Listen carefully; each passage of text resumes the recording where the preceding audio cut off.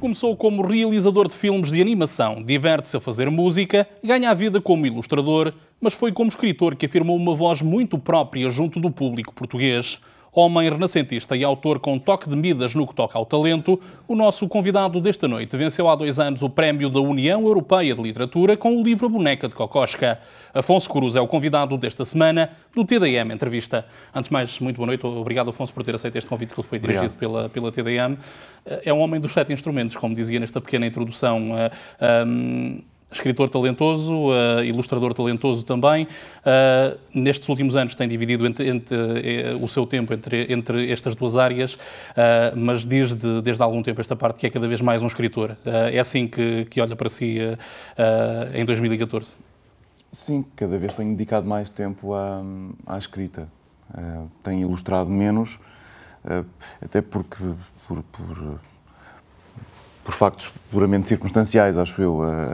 Aos poucos deixou de fazer sentido ilustrar livros de outras pessoas, porque fazia mais sentido ilustrar os meus próprios, e se tinha essa possibilidade, acabei por optar assim. E por isso agora, enfim, passo mais tempo a escrever. Aliás, ao longo da minha vida eu fui mudando o meu tipo de rendimentos. Comecei por ganhar dinheiro com a animação, era normalmente isso que me pagava as contas, com o cinema de animação. Depois, mais tarde, enfim, tive outros trabalhos, mas depois comecei a trabalhar com ilustração, com livros para crianças especificamente, porque fazia ilustrações antes, mas esporadicamente para um cartaz ou para uma revista. E mais tarde acabei por quase abandonar o cinema de animação e dedicar-me quase o tempo inteiro aos livros para crianças, aos livros ilustrados. Chegou a receber prémios e menções honrosas com trabalhos de animação. Teria futuro também nesta área? Porquê abandonar? Não encontrava uma voz própria no cinema de animação? Não, mas o cinema correspondeu a uma altura da minha vida em que ligava muito pouco à profissão. O que eu fazia nessa altura era viajar e o dinheiro que eu recebia era basicamente para viajar e, portanto, acabava por ficar muito pouco ligado aos filmes, ou acompanhava-os pouco ou mal. E a verdade é que depois também não me orgulhava assim tanto do resultado. Mas, acima de tudo, a animação é um trabalho conjunto. E eu, quando mudei de Lisboa para o Alentejo, vivo no Alentejo há cerca de 5 anos e meio, quer dizer, tenho essa impossibilidade de trabalhar com uma equipa que a animação exige. Porquê este voltar de costas a Lisboa? Porquê escolher um monte alentejano foi à procura de inspiração ou à procura do silêncio? Não, nem uma coisa nem outra. É curioso, às vezes perguntam muito isso e quase que parece que as pessoas, quando chegam ao campo, ficam de repente iluminadas. Exato, tornam-se artistas e escritores, etc. Mas eu creio que não é uma doença que se apanhe no campo, não é assim uma coisa que seja contagiosa. Nós olhamos para as vacas a pastar e de repente sai-nos um livro. Mas eu sempre desejei viver no campo, eu sempre achei que gostaria de viver no campo. E quando tive essa oportunidade, acabei por experimentar. 5 anos depois, 5 anos depois não estou minimamente arrependido. Continua a ser um lugar onde realmente gosto de estar. Até porque está a 1h30 de Lisboa. Viajou durante... Muito dizia que a profissão era ser animador, mas que gastava muito do seu tempo a viajar. Estas viagens influenciam a sua escrita, influenciaram a sua visão do mundo? Claro. Partir ao encontro do outro é sempre uma oportunidade para descobrir? Sim, é muito importante. É evidente que as viagens, como todas as nossas experiências, como os livros que lemos, que também são experiências, às vezes que desvalorizamos e que dizemos que não é a vida real, quando estamos a ler um livro dizem, agora vou realmente viver, não é? Porque aquilo é outra coisa. Mas não, a leitura também é uma experiência, e é uma experiência tão válida quanto outra qualquer. Mas isto para dizer que todas as nossas experiências são muito importantes, constroem-nos, e tudo o que fazemos a partir dali, obviamente, não nos conseguimos aliar de nós mesmos, e a verdade é que acaba por transparecer. cada vez que eu faço uma música ou que faço uma ilustração ou o que seja, acaba por ter essas coisas todas lá metidas, mesmo que não seja evidente e que não seja detectável por quem está a fruir. Mas a verdade é que estará lá sempre. Acho que não há outra possibilidade. E na literatura que escreve, coloca ou redescobre sítios que visitou ou reinventa sítios que visitou? Sim, muitas vezes os meus livros, as personagens dos meus livros normalmente também viajam muito. E quando não viajam muito por circunstância ou por causa do enredo ou uma coisa qualquer, a verdade é que eu faço com que o mundo venha até elas. E, portanto, se essa pessoa não viajar e não for até não sei aonde, há pelo menos uma pessoa de não sei de onde que vai ter com essa pessoa. E acabo por ter muitas geografias e muitas coisas que vivi também, e por vezes até episódios que vivi, que experimentei enquanto viajava. Apesar de espalhar a sua atividade profissional por estas áreas, de ser um verdadeiro mundo em gente, tem uma produção literária absolutamente notável. Isto para lhe perguntar, escreve com facilidade ou a escrita em si é sofrida? Anda à procura da palavra certa? Não é nada sofrido, não. Eu não tenho... Eu sempre fui freelancer, por exemplo, e sempre tive a sorte ou a felicidade de sempre poder fazer aquilo que mais gostava ou que gosto.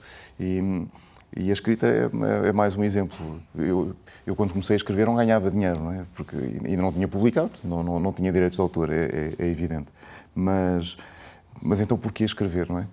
Se não for um ato volitivo, ou se não corresponder a um desejo ou a uma paixão, não é?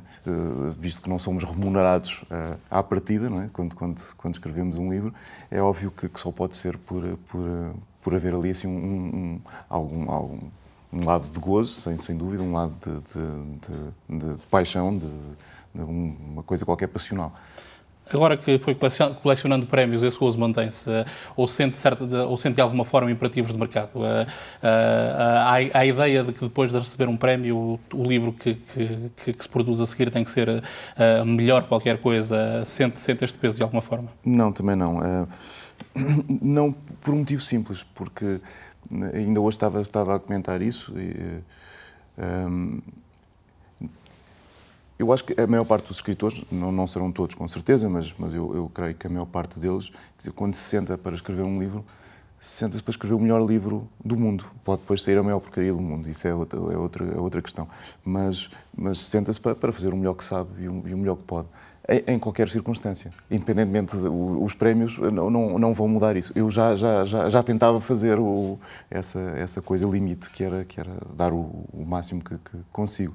E, portanto, o prémio não pode fazer mais do que já fazia. Dizia há 4 anos numa entrevista que que lhe dava gozo lidar com a crítica, que o enterneciam as críticas boas, que ficava chateado com as críticas más. Ainda mantém esta dualidade na relação que mantém com a crítica? Sim. Eu acho que, aliás, faz parte, acho eu, da natureza humana é muito mais difícil lidar com uma crítica negativa. As positivas nós aceitamos, gostamos, mas podemos ter 1000, acho eu, e basta uma para que nós nunca mais pensemos noutra coisa senão naquela. E nós temos um pouco noção disso, por exemplo, em comentários na internet, em blogs ou em Facebooks ou o que for. É normal que as pessoas, por exemplo, se houver um comentário qualquer negativo, que nós respondamos a essa pessoa e não respondemos necessariamente àquelas que nos elogiam. Não quer dizer que seja uma coisa correta, mas é a nossa acho eu, a nossa maneira de ser. Ligamos muito aos defeitos e pouco às coisas boas. Até porque, quando lidamos com as pessoas, também acontece muito isso. Por exemplo, se olharmos para a cara de uma pessoa e ela tiver um sinal qualquer no nariz, uma verruga ou uma coisa qualquer, se calhar aquela verruga torna-se gigante. Mas não conseguimos fazer isso com o bem. Ou seja, se a pessoa fosse muito feia e tivesse um pequeno pontinho muito bonito ali assim, na ponta do nariz. Esse ponto muito bonito não dominava a paisagem. Esta dualidade entre o bem e o mal, entre a razão e a espiritualidade, a razão e a fé, é algo que está presente em alguns dos seus livros, nos contos, por exemplo, da Enciclopédia da História Universal. É algo a que tem atenção também, é algo que... Este tipo de diálogos. Sim. Interessa-me muito, especialmente os lugares de convergência, onde estas coisas podem encontrar ali um local mais pacífico, um sítio mais de casamento. E acho que a religião, a filosofia, a arte, a ciência são maneiras de conhecer, são ferramentas para conhecer o mundo, para nos conhecermos a nós, e acho que seria um desperdício desprezarmos qualquer uma delas. E, portanto, tento, na medida do possível, juntá-las e sentá-las à mesma mesa para ter uma boa conversa. Diz a determinada altura na Boneca de Kokoschka que para encontrarmos o bem e o mal, ou para encontrarmos o mal, temos que olhar para dentro de nós e não para fora de nós. É Afonso Cruz quem fala ou é o narrador deste... Há uma grande dose, evidentemente que existe Bom, o dentro e o fora é sempre um discurso complicado, mas imaginando que existe um dentro e um fora, a verdade é que é óbvio que existe um mal que nos é exterior e que nós não dominamos. Sei lá, uma catástrofe qualquer que não faz parte mas a visão que nós temos do mundo, isso já depende muito mais de nós. Se olhamos, lá está, para aquela verruga, ou se olhamos para as coisas boas que estão à nossa volta. E creio que essa passagem da Boneca Kokoschka tem muito a ver com uma parte do Êxodo, onde há uma interpretação judaica tradicional a respeito disso, que é o facto do faraó andar a matar os primogénitos porque acha que o mal está fora dele, portanto, um deles irá tirá-lo do trono, e na verdade o Moisés vive na casa dele. Portanto, está dentro de casa. E muitas vezes nós não conseguimos olhar para as coisas que nos estão próximas, e muitas vezes aquilo que nós achamos que é um mal é apenas um dos nossos defeitos. Mencionava a tradição judaica. Olha sem reservas para aquilo que são as influências religiosas. Quando digo influências religiosas, filosofia religiosa, sobretudo misticismo judaico, também um certo misticismo católico, não fecha as portas a este tipo de alternativas, digamos assim. Lá está o diálogo entre a espiritualidade e a racionalidade. O mundo atual está demasiado fechado nas suas próprias verdades para olhar para este tipo de explicações alternativas. Não sei se está fechado. Não tenho... Eu pessoalmente gosto muito das várias possibilidades e as várias explicações que nós conseguimos ter de certo assunto. E quando podemos fugir, por exemplo, à ortodoxia ou àquela coisa quase monolítica, de um pensamento único, eu acho perfeito. Gosto muito sempre dos pensamentos marginais, dos pensadores que fugiram a uma regra e muitas vezes são muito inovadores porque acabam por confrontar precisamente esse pensamento mais estereotipado. E em certa medida são uma espécie de artistas porque estão sempre à procura de uma certa novidade, pelo menos no pensamento, mesmo na ciência acaba por ser um pouco isso. Porque quando nós imaginamos, quando há uma descoberta de ruptura, muitas vezes não segue uma linha, às vezes, aliás, por isso é que é de ruptura, não é? Porque cria destrói qualquer coisa que existia inicialmente. Joga ainda assim muito bem com a própria ideia de desconstrução de verdade. Quando olhamos, por exemplo, para a Enciclopédia de Histórias Universais, há ali factos e personagens que podiam ser verdadeiras e não são. E ao fim e ao cabo acaba por não importar se são verdadeiras ou não. É um exercício burgesiano, já foi comparado a um exercício burgesiano. Porquê apresentar contos desta forma? por acaso, é uma coisa muito antiga. O Borges, porque é se calhar o mais conhecido dos embusteiros, acaba sempre por ser a referência maior. Mas é uma coisa já muito antiga. Lembro-me há um escritor da antiguidade, o Luciano, que falava disso mesmo. Ele escreveu, se calhar, o primeiro livro de ficção científica, não faço ideia, mas é uma viagem até ao Sol ou até à Lua. E nessa viagem, o livro chama-se A História Verdadeira. E ele começa por dizer isso mesmo, que a maior parte dos historiadores gregos nunca estiveram naquele sítio, não faz ideia do que é que estão a inventar.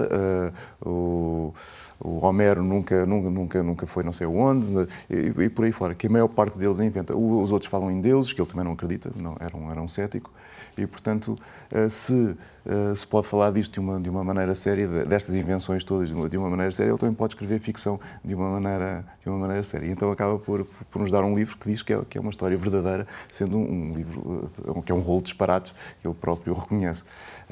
Mas esta ideia de ficção e de verdade, e ainda hoje falei nisso na universidade, é que a ficção é fundamental para nós, tal como a verdade. A verdade salva-nos, não num sentido espiritual, mas verdadeiramente. Se vier um carro, se eu vir que uma pessoa pode vir a ser atropelada, se eu mentir, muito provavelmente ele é atropelado. Mas se eu lhe disser a verdade, olha, vem um carro, uma coisa tão simples quanto isto, pode salvar-lhe a vida. No caso da ficção, funciona de um modo diferente, que é o que nos permite inventar coisas. Nós hoje teremos sempre alguma novidade, alguma coisa nova, precisamente porque a imaginamos. Porque imaginamos uma coisa que não existia, que não era verdade, lá está, que não tem qualquer prova material. Ainda não existe, mas eu consigo imaginar, e é para isso que esse é um dos principais papéis, acho eu, da ficção, é poder realmente criar a novidade. Nós inventamos copos, inventamos cadeiras, inventamos uma série de coisas que não existiam, obviamente, não existiam. E, portanto, são desse domínio, do domínio da ficção. E o que importa na literatura, quando estamos a falar de ficção, é precisamente isso. Não é necessariamente se é verdade, se já existe, se não existe, mas se o seu conteúdo, se aquela mensagem tem conteúdo. E qual é o conteúdo dessa mensagem? E criar a partir de personagens ou a partir de tiveram uma existência factual, é mais fácil ou mais difícil? Torna o trabalho do escritor mais exigente ou menos exigente? Falo da boneca de Kokoschka, do Oscar Kokoschka e Alma Mahler. Como é que é criar a partir de alguém concreto e de uma história de amor concreta? A história serve de metáfora, porque eles praticamente não aparecem no livro. Mas quase todas as personagens que nós criamos são fruto da nossa própria experiência, não é? Daquilo que fomos vivendo. E em certa medida, todas as nossas personagens são baseadas em pessoas reais. Não só aquelas que nós identificamos facilmente, como é o caso do Oscar Kokoschka, tenho um livro que é O Pintor Debaixo do Lava-Loiças, que é a história ou a vida de um pintor que existiu efetivamente, que os meus avós esconderam na cozinha durante a Segunda Guerra Mundial, um judeu fugido do nazismo. Mas eu não conheci o pintor, sei muito pouco sobre a vida dele, e, portanto, a construção dessa personagem é tal como as outras. Faz parte é feita construída através de uma série de experiências, de uma série de pessoas que conheço, de uma série de coisas que vi, e com isso e com essa amálgama construímos uma nova pessoa, uma nova personagem. Este Boneca de Kokoschka venceu o prémio, foi um dos livros premiados com o prémio da União Europeia de Literatura. Um prémio desta magnitude ajuda a abrir portas? É também uma responsabilidade? Foi muito importante, sim, e é muito importante para mim, porque é um prémio que valoriza a tradução, ou permite que o livro seja traduzido mais facilmente. e que tem acontecido, efetivamente. Tenho tido algumas traduções, em especial para a Europa, do Boneca de Kokoschka. Tem também livros traduzidos para sérvio antes da própria Boneca de Kokoschka. Sim, que vai ser publicado também na Sérvia. Já tinha ganho prémios também com livros, com enciclopédia e também com um livro destinado a um público mais juvenil. Há cuidados diferentes em escrever para um público juvenil? Sim, mas também não é uma opção ou na verdade, o que eu tento fazer com os livros quando são, enfim, para adultos ou para jovens, eu não gosto muito das classificações, mas o que normalmente acontece é que eu escrevo sempre para toda a gente. Depois acontece é que alguns livros acabam por naturalmente excluir os mais jovens, ou pelo uso do vocabulário, ou pelo tema. E quando eu digo excluir, não é uma coisa proibitiva ou dogmática, mas normalmente não se identifica esse tipo de temáticas ou vocabulário com um público mais jovem. E, na verdade, os outros o que eles fazem é só incluí-los e mantê-los dentro desse espectro que são os leitores. Eu, quando penso ou quando tenho uma ideia para um livro, nem sequer penso se é para crianças ou se é para adultos. Tenho uma ideia, depois imagino a melhor maneira de concretizar essa ideia. Muitas vezes, se por acaso a personagem principal for uma criança, muitas vezes é identificado com um livro juvenil, e se calhar começa logo ou começa a pensar que faria sentido ser um livro juvenil. Muitas vezes o facto de ser ilustrado, que é um preconceito, mas está muitas vezes ligado.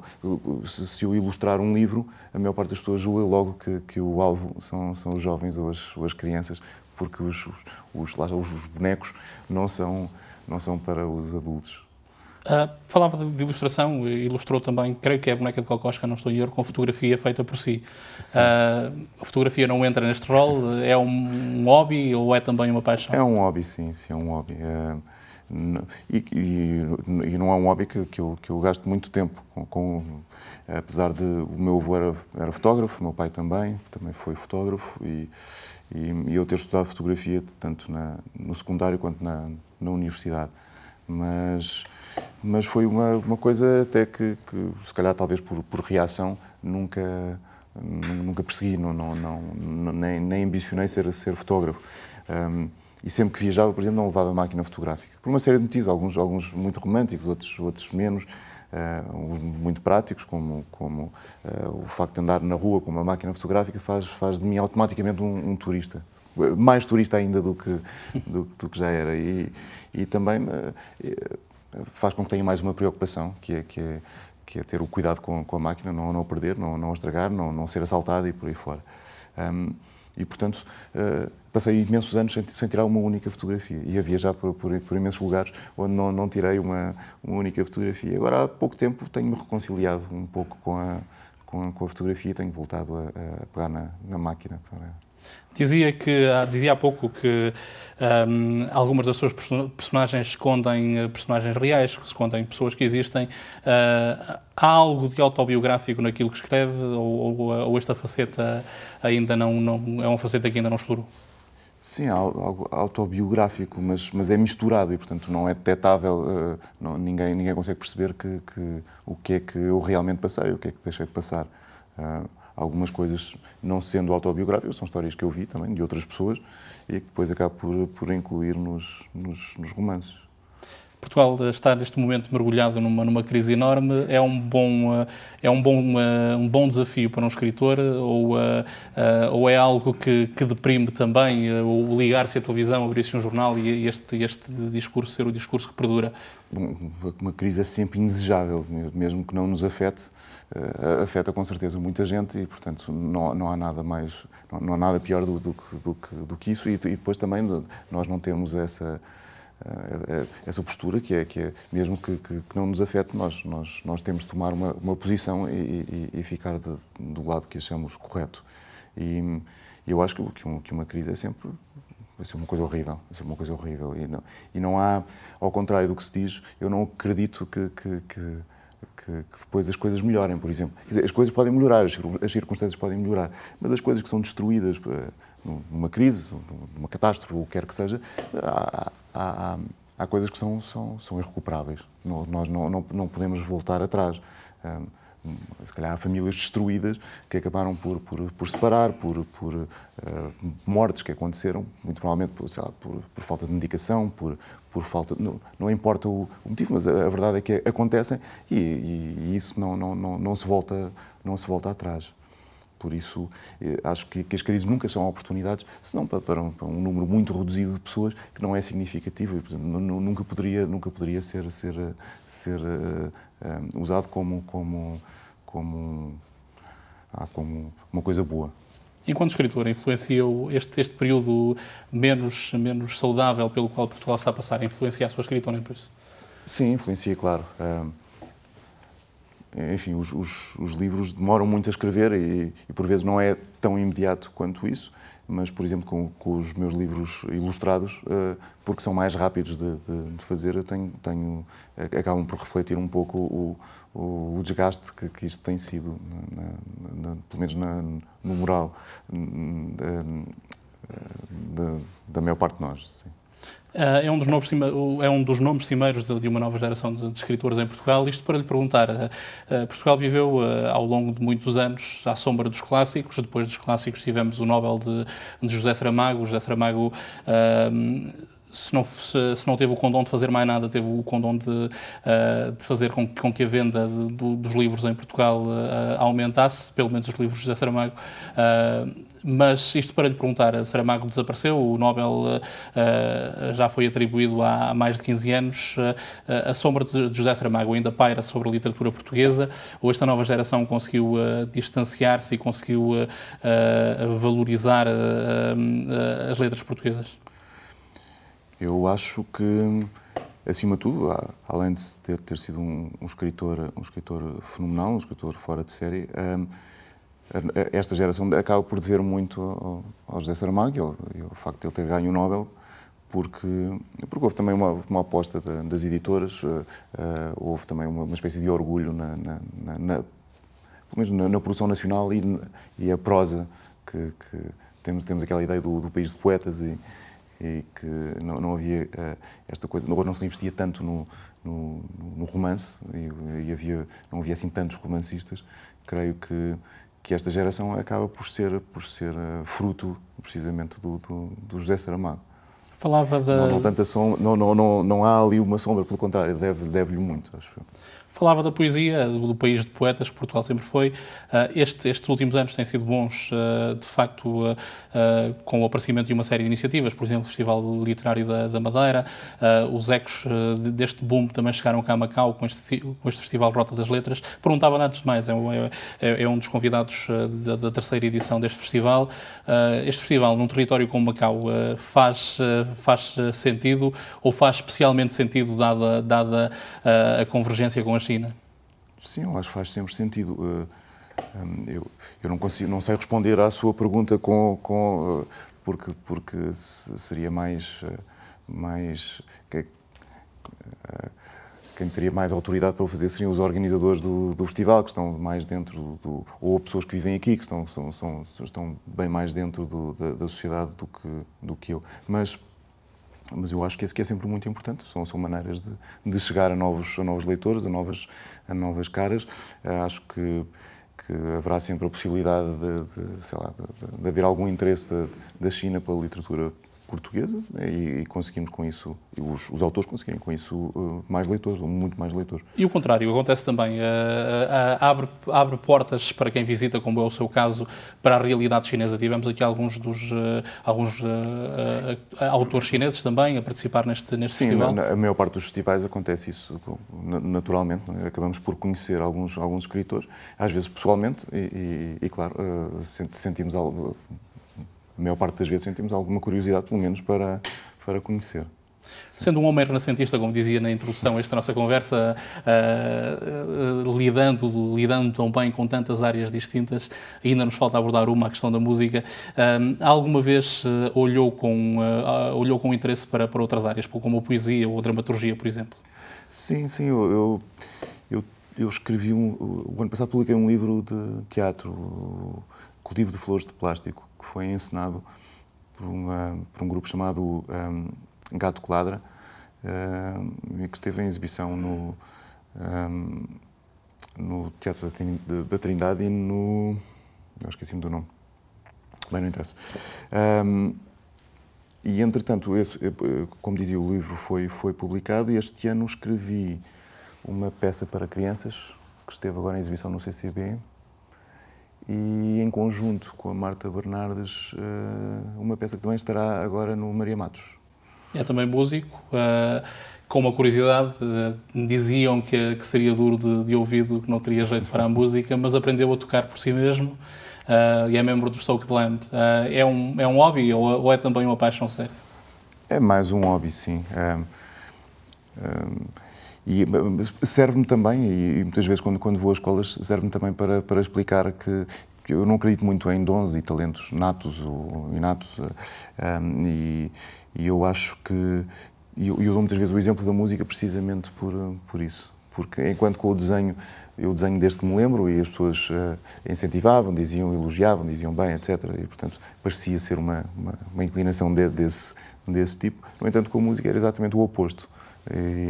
E no entanto, só por se gostar, ou por ter gostado, ou por gostar muito, ou imaginar gostar de tocar guitarra, neste caso porque foi o primeiro instrumento que eu aprendi a tocar, com trabalho e com alguma dedicação, e acabei por aprender. E como tudo na vida, o ouvido também se educa, tal como a educação visual também, e outros aspectos. O desenho também se aprende, e por isso acho que quando as pessoas gostam, quando têm tempo, quando podem dispor de si para aprender determinada coisa, enfim, acho que conseguem chegar lá. Estamos quase no fim do nosso tempo, mas gostava de colocar ainda duas questões. O que reservam os próximos meses, o que reserva o futuro a Afonso Cruz? O que é que Afonso Cruz nos reserva a nós como leitores? Eu tenho agora 2 livros ilustrados, um que saiu por uma associação chamada APCC, o livro chama-se Os Pássaros. Tenho também um livro Silencioso, portanto, sem palavras, publicado pela editora Patológico, chama-se Capital. Tem um pouco a ver com a crise que estamos a passar também. Depois, em princípio, ainda este ano publicarei um volume da Enciclopédia da História Universal e eventualmente mais um livro ilustrado. Se tivesse e última questão, se tivesse que aconselhar uma leitura lá para casa, o que aconselharia? O que tem Afonso Cruz neste momento na mesa de cabeceira? Neste momento estou a ler um livro do Blaise Cendrars, chamado Moravagine, qualquer coisa assim. Seria essa a sugestão também? É um bom livro, é um excelente livro, sim. É um autor que eu gosto muito. Agradeço uma vez mais a Afonso Cruz o facto de ter aceito este convite que lhe foi dirigido pelo TDM. Quanto a si que nos acompanhou a partir de casa, o nosso muito obrigado pela sua preferência. O TDM Entrevista regressa como habitualmente na próxima terça-feira, com um novo tema e um novo convidado.